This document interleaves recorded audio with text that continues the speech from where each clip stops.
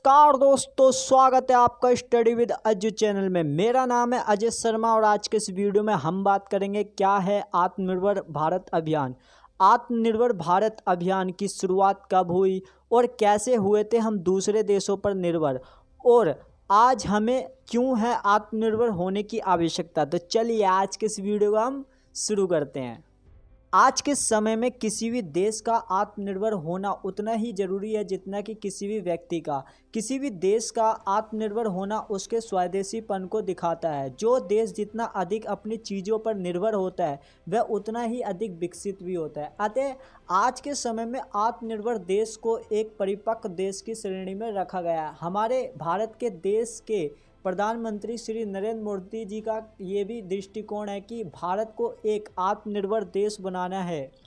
हम देखेंगे आत्मनिर्भर अभियान की शुरुआत कब हुई। वैसे तो भारत को आत्मनिर्भर बनाने की शुरुआत बहुत पहले ही की जा चुकी थी, किंतु जब 12 मई 2020 से भारत सरकार ने कोरोना वायरस महामारी के दौरान आत्मनिर्भर अभियान या सेल्फ रिलिएंट इंडिया मिशन के तहत आर्थिक पैकेज का जिक्र किया, तब से भारतवासियों में आत्मनिर्भर अभियान की लहर दौड़ उठी है। जैसा कि वित्त मंत्री जी ने कहा कि आत्मनिर्भर पॉलिसी का मतलब ये नहीं है कि हम दूसरी दुनिया के देशों से अलग रहें। इसका मतलब यह है कि हमें दूसरे से बेहतर बनना है। हमें दूसरे देशों पर निर्भर न रहकर खुद पर निर्भर रहना सीखना है। कैसे हुए हम दूसरे देशों पर निर्भर। पहले हमारा देश स्वतंत्र और विकसित था, फिर धीरे धीरे भारत की ख्याति दूसरे देशों में फैलने लगी, जिस कारण से लुटेरी नज़रों ने भारत में व्यापार सीखने, शिक्षा ग्रहण करने से अनेक बहानों के जरिए भारत में प्रवेश किया।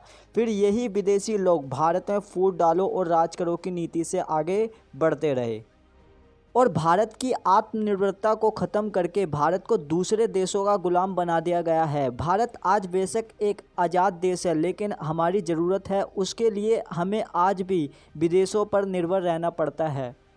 अब हम देखेंगे भारत को क्यों है आत्मनिर्भर होने की आवश्यकता। आज के दौर में आत्मनिर्भरता की ज़रूरत फिर से महसूस होने लगी है, क्योंकि आज के समय में वही देश विकसित है जिनके यहाँ ज़रूरत के सामान देश में ही बनते हैं।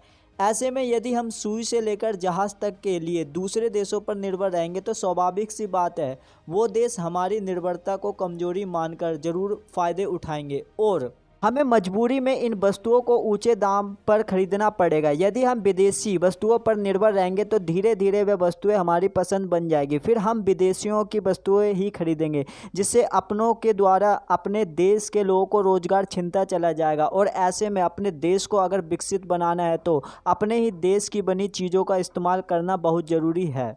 अब हम देखेंगे भारत को आत्मनिर्भर बनाने के लिए कैसे कैसे प्रयास किए जा रहे हैं। पहले नंबर पर हम देखेंगे आत्मनिर्भर भारत को बनाने के लिए अर्थव्यवस्था को मजबूत बनाने के प्रयास किए जा रहे हैं। वहीं दूसरे नंबर पर हम देखते हैं देश की आधारित संरचना का विकास किया जा रहा है। वहीं तीसरे नंबर पर हम देखते हैं 21वीं शताब्दी के सभी स्वप्नों को पूरा करने की कोशिश में प्रौद्योगिकी का विकास किया जा रहा है। और फोर्थ नंबर पर हम देखेंगे मांग और आपूर्ति की चेन को बढ़ाने की कोशिश की जा रही है, जिससे हमारे देश की अर्थव्यवस्था को मजबूती मिले। वहीं अब हम फिफ्थ नंबर पर देखेंगे गरीब किसान और प्रवासी मजदूरों के लिए अल्पकालिक तथा दीर्घकालिक योजनाएं काम में लाई जा रही है। नंबर पर हम देखते हैं राज्य छोटे क्षेत्रों में स्थापित जो छोटी कंपनियां हैं जो क्षेत्रीय लोगों को रोजगार उपलब्ध कराती है। ऐसी कंपनियों को अगर निवेश की आवश्यकता होगी तो सरकार उस कंपनी को इस उद्योग को निवेश उपलब्ध कराएगी, जिससे इस प्रकार के उद्योगों को बढ़ावा मिले। 7 नंबर पर हम देखते हैं खेती, मछली पालन और खाद्य उत्पादन क्षेत्रों के लिए पैकेज निर्धारित किया गया है, जिससे ऐसे उद्योगों का विकास हो सके। 8 नंबर पर हम देखते हैं छोटे व्यवसायों की मदद की जा रही है, राज्य सरकारों की मदद की जा रही है। मनरेगा के फंड को बढ़ाया गया है जिससे सभी को रोजगार मिलने में मदद हो। वहीं 9 नंबर पर हम देखेंगे शिक्षा के क्षेत्र में सुधार करने के प्रयास किए जा रहे हैं। कई डिजिटल प्लेटफॉर्म जैसे कि PM ई विद्या को शुरू किया गया है।